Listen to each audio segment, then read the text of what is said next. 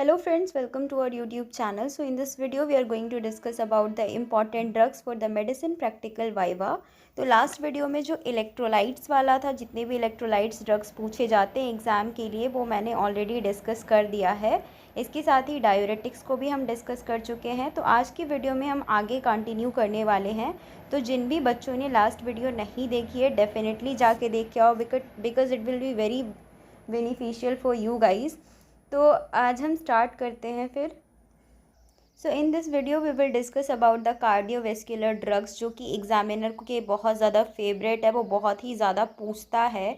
और इसमें मैं तुम लोग को वाइवा पॉइंट्स भी बताऊंगी, कौन से क्वेश्चंस पूछे जाते हैं, क्या गलतियां नहीं करनी है। सो फर्स्ट जो हमारा ड्रग है दैट इज़ योर लाबेटलॉल। लाबेटलॉल क्या है कि हमें पता है कि वो बीटा ब्लॉकर है, ठीक है, हम बहुत पहले से पढ़ते हुए आ रहे हैं।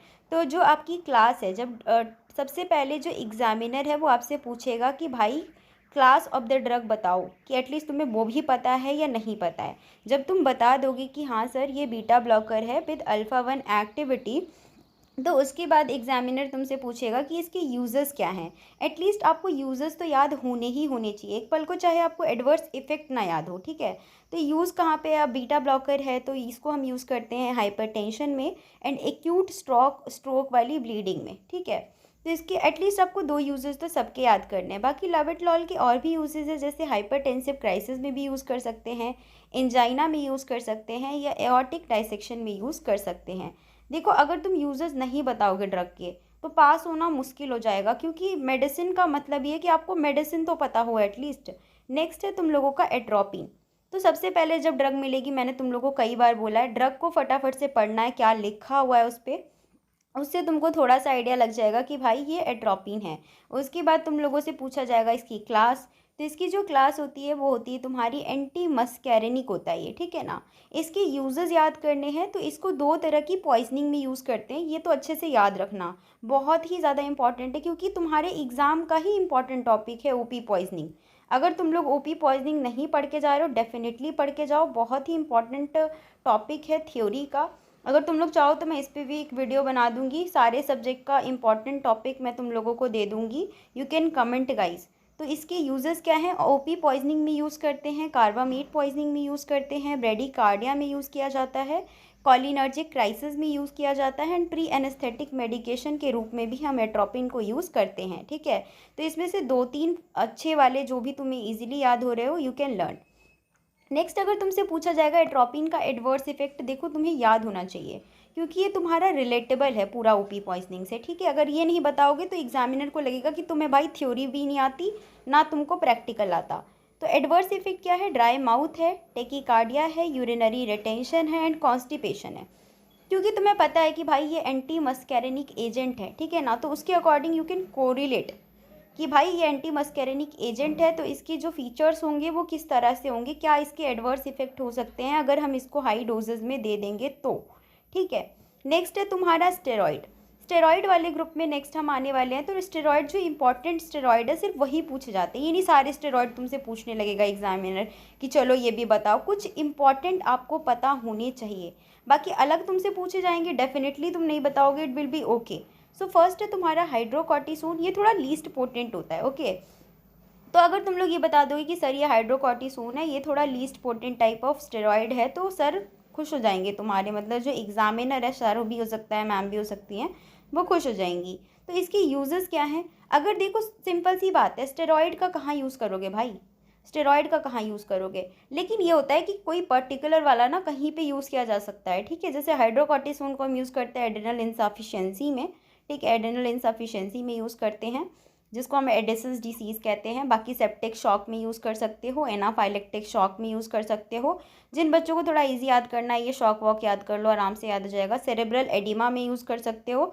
कमेंट बॉक्स में लिखोगे सेरेब्रल एडिमा के लिए और कौन सा एक ड्रग मैंने तुम लोगों को पढ़ाया था लास्ट वीडियो में, उसका नाम लिख के जाओगे। नेक्स्ट है तुम्हारा इन्फ्लेमेटरी कंडीशन। इन्फ्लेमेटरी कंडीशन में भी तुम इसको यूज़ कर सकते हो, जितने भी, क्योंकि तुम लोगों को पता है कि जो स्टेरॉइड होता है वो एंटी इन्फ्लेमेटरी होता है। नेक्स्ट है हमारा प्रेडनिसोलोन। प्रेडनिसोलोन क्या होता है, वो भी तुम्हारा एक तरह का स्टेरॉइड होता है, बट क्या होता है कि वो तुम्हारा ज़्यादा पोटेंट होता है हाइड्रोकॉर्टिसोन के कंपैरिजन में। देखो तुमसे कोई ब्रांड नेम नहीं पूछ रहा, वहाँ पे कुछ नहीं, ये सब पूछी जाएंगी चीज़ें, जो पूछा जाएगा बस वो याद करो, कहाँ पे यूज़ करेंगे। नेफ्रोटिक सिंड्रोम में यूज़ करते हैं। नेफ्रोटिक सिंड्रोम हमारे एग्ज़ाम का इंपॉर्टेंट टॉपिक है। अगर तुमको याद नहीं है कि प्रेडनिसोलोन वहाँ यूज़ होता है तो ये बहुत ही गलत बात है एक तरीके से। ब्रोंकियल अस्थमा में यूज़ करते हैं, रेमेटॉइड अर्थराइटिस में यूज़ कर सकते हैं, एसएलई में यूज़ कर सकते हैं, जितने भी तुम्हारे कोलाजन वेस्कुलर डिसीज़ हैं, ठीक है, वहाँ पे हम लोग यूज़ कर सकते हैं। एज ए इम्यूनो सप्रेसेंट इसको यूज़ किया जाता है, ठीक है ना, क्योंकि स्टेरॉइड की प्रॉपर्टी ही होती है। एडवर्स इफेक्ट क्या होगा भाई, बहुत ज़्यादा इम्यूनो सप्रेशन भी हो सकता है गलती से, हाइपरटेंशन हो सकता है पेशेंट को, डायबिटीज़ मेलाइटस हो सकती है, ऑस्टियोपोरोसिस हो सकता है, पेप्टिक अल्सर हो सकता है, ठीक है। तो एटलीस्ट कुछ एडवर्स इफेक्ट आपको याद होनी चाहिए। अगर आप स्टेरॉइड का एडवर्स इफेक्ट नहीं बता पा रहे हो तो ये बहुत ही गलत बात होगी। नेक्स्ट है हमारा डेक्सा। डेक्सामेथासोन जो होता है वो भी हमारा क्या होता है, एक तरह का स्टेरॉइड होता है। डेक्सामेथासोन मोस्ट पोटेंट होता है, लॉन्ग एक्टिंग होता है, ठीक है, सबसे बढ़िया स्टेरॉइड होता है। इसको कहाँ पे यूज़ करते हैं, इसको ब्रेन ट्यूमर में यूज़ किया जाता है, सेरेब्रल एडिमा में यूज़ किया जाता है, ठीक है। एंटी एमेटिक्स के रूप में कई बार यूज़ कर लेते हैं, डायग्नोस्टिक सप्रेशन टेस्ट में यूज़ करते हैं। अब ये डायग्नोस्टिक सप्रेशन टेस्ट कहाँ पे होता है, किस बीमारी में, एंडोक्राइन की बीमारी है, थोड़ा हिंट भी दे देती हूँ, तो वहाँ पर कहाँ यूज़ होता है बताओगे कमेंट बॉक्स के अंदर, ठीक है। डायग्नोस्टिक सप्रेशन टेस्ट कहाँ पे कराया जाता है, कौन सी बीमारी के लिए। उसके बाद है हम लोगों का नेक्स्ट जीआई का ड्रग। जीआई में कौन कौन सी ड्रग इंपॉर्टेंट है, फर्स्ट है हमारा रेनिटिडीन। रेनिटिडीन क्या होता है कि तुम्हारा ये देखो यहाँ पे देख पढ़ तो लोगे, फटाफट से पढ़ लेना कि सर ये रेनिटिडीन है, इसकी क्लास पूछी जाएगी।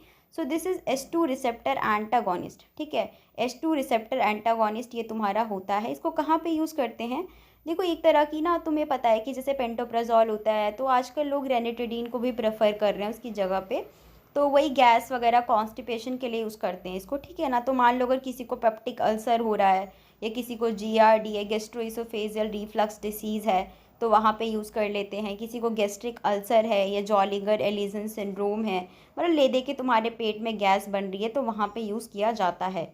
एडवर्स इफेक्ट क्या है, देखो अगर हेडेक हो सकता है, कॉन्स्टिपेशन हो सकता है, और तुम लोगों को डायरिया हो सकता है, ठीक है। तो तुम लोग देखोगे कि कॉन्स्टिपेशन भी हो सकता है और डायरिया भी हो सकता है, ठीक है। तो ये तुम लोगों को याद करना है। नेक्स्ट है तुम लोगों की ऑन्डेंसेट्रॉन। ऑन्डेंसेट्रॉन क्या होता है, ये तुम्हारा एंटी एमेटिक्स होता है, ठीक है ना। बट इसकी क्लास क्या है, क्लास है 5-HT3 एंटागोनिस्ट, ठीक है, क्या है 5-HT3 एंटागोनिस्ट। इसको कहाँ पे यूज़ करते हैं, कीमोथेरेपी इंड्यूस्ड वॉमिटिंग। अब जो लोग कीमोथेरेपी पे होते हैं ना, उनको बहुत ज़्यादा वॉमिट हो रहा होता है, तो वहाँ के लिए यूज़ करते हैं। पोस्ट ऑपरेटिव वॉमिटिंग, कई बार सर्जरी के बाद वॉमिटिंग जब होती है लोगों को, तो उसके लिए हम यूज़ कर लेते हैं। एडवर्स इफेक्ट क्या है, हेडेक हो सकता है, कॉन्स्टिपेशन हो सकता है पेशेंट को, ठीक है। बाकी नेक्स्ट हमारा ड्रग है that is your metoclopramide and domperidone. यार ये हाईलाइट करना भूल गई हूँ मैं। मेटोक्लोप्रामाइड एंड डोमपेरिडन ये तुम्हारी ड्रग है, ठीक है ना।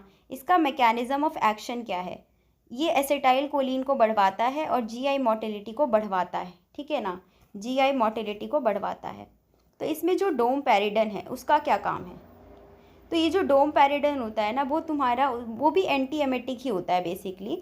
तो वो कीमोथेरेपी इंड्यूस्ड वॉमिटिंग के लिए यूज़ करते हैं। अगर कोई प्रेग्नेंट लेडी है, उसको वॉमिट हो रहा है, वहाँ पे यूज़ कर सकते हैं। हिकअप्स में भी इसको यूज़ किया जाता है। अगर तुम लोग ये वाला यूज़ बता दोगे तो छा ही जाओगे। नेक्स्ट है तुम लोग का डिलेड गैस्ट्रिक एम्पेटिंग। डिलेड गैस्ट्रिक एम्पेटिंग हो रही है तो वहाँ पे यूज़ कर सकते हैं, क्योंकि अभी हमने पढ़ा कि गैस्ट्रिक मोटिलिटी को बढ़वाता है। नेक्स्ट है हम लोगों का एडवर्स इफेक्ट क्या होता है इसका, डोमपेरिडन का, तो वो एक्स्ट्रा पिरामिडल सिम्टम हो जाता है, कई बार पेशेंट को हाइपर प्रोलैक्टिनीमिया भी हो सकता है, ठीक है। उसके बाद है हमारी इंपॉर्टेंट ड्रग ड्रोटावेरिन। ड्रोटावेरिन तो सबने सुनी होगी, देखो पेन किलर होता है एक तरह का, लेकिन क्लास क्या बताओगे, स्मूथ मसल का रिलैक्सेंट होता है, ठीक है ना। किसी को बहुत ही स्पास्टिक टाइप का पेन हो रहा है तो वहाँ पे यूज़ करते हैं। तो इसके यूजेस क्या है, that is your renal colic, ठीक है, जैसे अगर किसी को स्टोन वगैरह की वजह से पेन हो रहा है, या बिलियरी कोलिक वाला पेन हो रहा है, ठीक है, या इंटेस्टाइनल में स्पैज़म टाइप लग रहा है कुछ इस टाइप से, है ना, तो वहाँ पे आप लोग यूज़ कर सकते हो, जो तुम लोगों का ड्रोटावेरिन है, ओके। नेक्स्ट है तुम लोग की ड्रग हायोसिन। हायोसिन क्या होता है, वो एंटी मस्कैरिनिक हमारा ड्रग होता है, मतलब एंटी मस्कैरिनिक एक्शन होता है उसका, वो स्मूथ मसल को रिलैक्स कराता है। लेक्टुलोज, नेक्स्ट हमारा ड्रग है लेक्टुलोज, ठीक है। लेक्टुलोज का क्या फंक्शन है, लेक्टुलोज एक तरह का ऑस्मोटिक लेग्जेटिव होता है। किसी को अगर बहुत ही ज़्यादा कॉन्स्टिपेशन है, भयानक वाला, वहाँ पे यूज़ करते हैं, बहुत टाइम से कॉन्स्टिपेशन है, तो हेपाटिक इनकेफेलोपैथी में भी लेक्टुलोज को यूज़ किया जाता है। जो तुम्हारी हेपाटिक वाली यूनिट है, वहाँ पे तुम लोग पढ़ोगे हेपाटिक इनकेफेलोपैथी, सिरोसिस का कॉम्प्लिकेशन होता है, ठीक है। तो उसके अंदर भी हम जो है लैक्टिलोज को यूज़ करते हैं। तो ये सारे हमारे देखो इंपॉर्टेंट ड्रग्स थे जो कि तुम लोग के लिए पढ़ना बहुत ही ज़्यादा इम्पॉर्टेंट है। तो आज की वीडियो को यहीं पे ख़त्म करते हैं। नेक्स्ट वीडियो में हम कंटिन्यू करेंगे एंटी हाइपरटेंसिव वाले ड्रग से। और जिन्होंने पिछली वीडियो नहीं देखी है देख लो, बहुत ही इंपॉर्टेंट है वो video. And if you really like the video, like करके जाओ, सब्सक्राइब कर लो चैनल को, ताकि आगे आने वाली वीडियो का अपडेट तुम लोगों को मिल सके। So thank you, thanks for watching my video guys.